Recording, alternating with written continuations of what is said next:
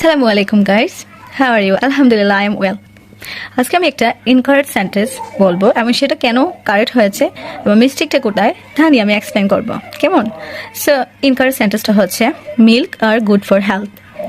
এখানে আমি কারেক্ট করেছি milk is good for health. এখানে ইজ কেন হয়েছে? মিল্কটা কিন্তু আনকাউন্টেবল নাউন, তাই না? সো মিল্কটা কিন্তু পরিমাপ করা যায়, সেটা কাউন্ট করা যায় না। সো আমরা জানি সবাই আনকাউন্টেবল নাউনটা যেটা গণনা করা যায় না, যেটা পরিমাপ করা যায়, এই জন্য তাকে আনকাউন্টেবল নাউন বলে। তারপরে রুলটা হচ্ছে আনকাউন্টেবল নাউন লাইক হচ্ছে অক্সিজেন, এয়ার, ওয়াটার, মিল্ক ইত্যাদি, এগুলো ক্ষেত্রে অলওয়েজ ভার্বটা সিঙ্গুলার হয়। সো আমরা কি আনকাউন্টেবল নাউন বুঝেছি? আনকাউন্টেবল নাউন হচ্ছে যেটা গণনা করা যায় না, সংখ্যা দ্বারাই গণনা করা যায় না, লাইক আমরা যেটা সোজা ভাষায় বুঝতে পারি, যেটা আমরা পরিমাপ করতে পারবো, মেজারমেন্ট করা যাবে, ওকে, সেটাই হচ্ছে uncountable noun. So uncountable noun always singular বার ব্যবহৃত হয়, এই জন্য আমরা এখানে আর এর পরিবর্তে সিঙ্গুলার ইজ ব্যবহার করেছি।